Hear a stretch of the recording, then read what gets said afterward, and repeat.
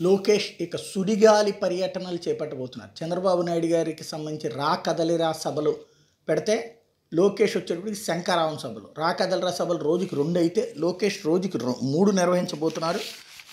ఇచ్చాపురం, పలాస, టెక్కలి ఒకే రోజున 3 సభలు అన్నటువంటిది ఇవాళ ప్రారంభమైతే రోజుకి 3 సభలు చెప్పున మొత్తాన్ని చుట్టి రాబోతున్నారు ఆయన. అది స్పెషల్. అదే సందర్భంలో రాబోయేటువంటి రోజుల్లో కూడా అంటే ఎలక్షన్స్లో ఇప్పుడు వైఎస్ఆర్ కాంగ్రెస్ పార్టీకి వచ్చేటప్పటికి ఒక్క జగన్మోహన్ రెడ్డి మాత్రమే పర్యటించడం, ఇంకా ఆ పార్టీ తరపున ఎవరూ లేరు. ఆయన కూడా ఇలా నియోజకవర్గాల వారీగా జిల్లాల వారీగా కాకుండా తీసుకువెళ్ళి ఈ సిద్ధం అన్నటువంటి పేరుతో రీజనల్ సభలు పెట్టుకొస్తున్నారు. ఒకేసారి భారీగా లక్షలాది మంది ప్రొజెక్ట్ చేయాలన్నట్టుంది. 10,000 మంది ప్రొజెక్ట్ అయినా సరే నిండుగా అక్కడ సభలు ఆ ప్రాంతాన్ని మనం టచ్ చేసామని చూపించడానికి, అంటే ఎవరి స్ట్రాటజీ వాళ్ళది. ఇంతకుముందు జగన్ వచ్చేటప్పటికి కంప్లీట్గా పాదయాత్ర పేరుతో జనంలో ఉంటే ఈ దఫా వచ్చేటప్పటికి ఈ సిద్ధం పేరుతో సభలతో రీజనల్ వైడ్ సభలే తప్పించి నియోజకవర్గాల వారి టచ్చింగ్ లేదు.